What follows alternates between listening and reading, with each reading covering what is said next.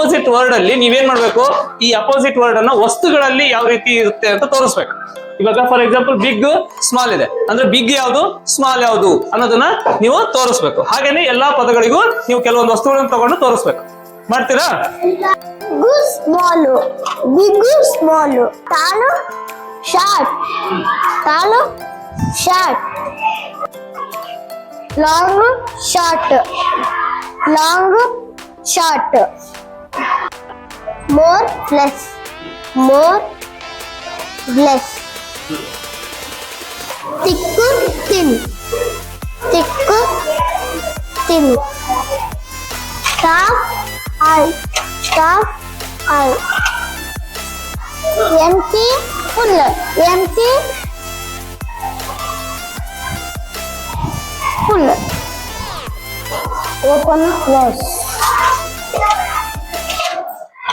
open close.